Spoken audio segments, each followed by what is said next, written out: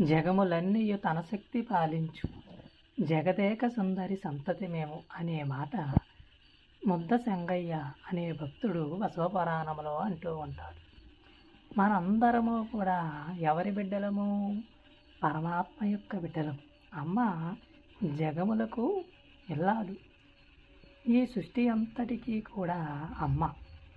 అందుకే పోతన గారు అన్నారు కదా, అమ్మలాగన్నాయమ్మ ముగ్గురమ్మల మూలకుటమ్మ, అమ్మలనే కన్నా అమ్మ. ఆవిడి పెద్ద ముత్తైదువ. అమ్మ దయామయురాలు. ఆమె కొరిన లోకములకు చలవదనం. ఆమె కోపము సృష్టి అంతటికీ కూడా ఉగ్రం. కనుక జగన్మాత కోపించకూడదు. అమ్మ శాంత స్వరూపురాలే ఉండాలి. అమ్మ ఎప్పుడూ ప్రేమే పెంచుతుంది కానీ శాపము పంచదు. శుభం. ఒకనాడు జగన్మాత పరమశివుణ్ణి సరదాగా పరమాత్మ కన్నులను మూసింది.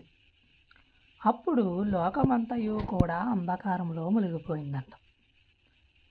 అమ్మ ఒక్క క్షణము తండ్రి కన్నులు ముయ్యగానే జగములన్నీ కూడా చీకటిమయమైపోయినాయి. వెంటనే జగన్మాత పరమశివుని కళ్ళు తెరవగానే అంధకాసురుడనేవాడు పుట్టినాడంట.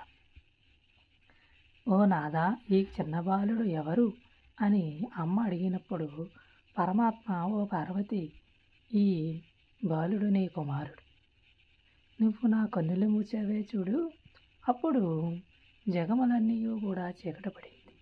ఆ చీకటి నుంచి పుట్టినవాడే ఈ అంధకాసురుడు. ఈయన్ని నీ బిడ్డగా భావించి పెంచు అని పరమాత్మ అన్నాడంట.